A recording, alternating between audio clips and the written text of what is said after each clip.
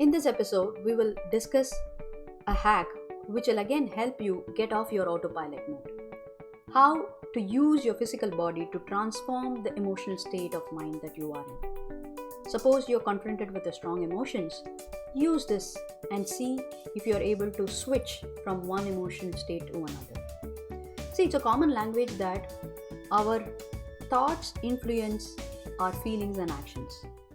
When you think of those times that you had fun with your best friend, it brings a smile in you. When you think of those moments when you had to depart from those best friends, you feel sad.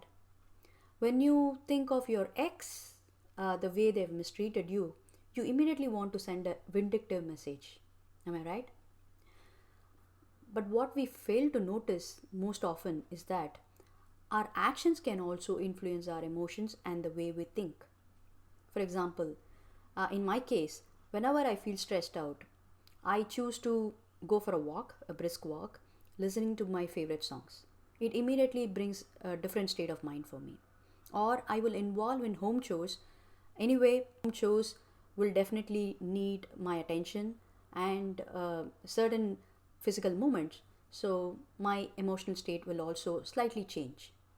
It is so very true with even a smile. I know it feels hard at first, but when you have a practice of smiling, it definitely changes your emotional state. Try this out and let me know if you found this useful. Because even an intentional moment can go for a long way to help you transform your emotions from the present moment to another.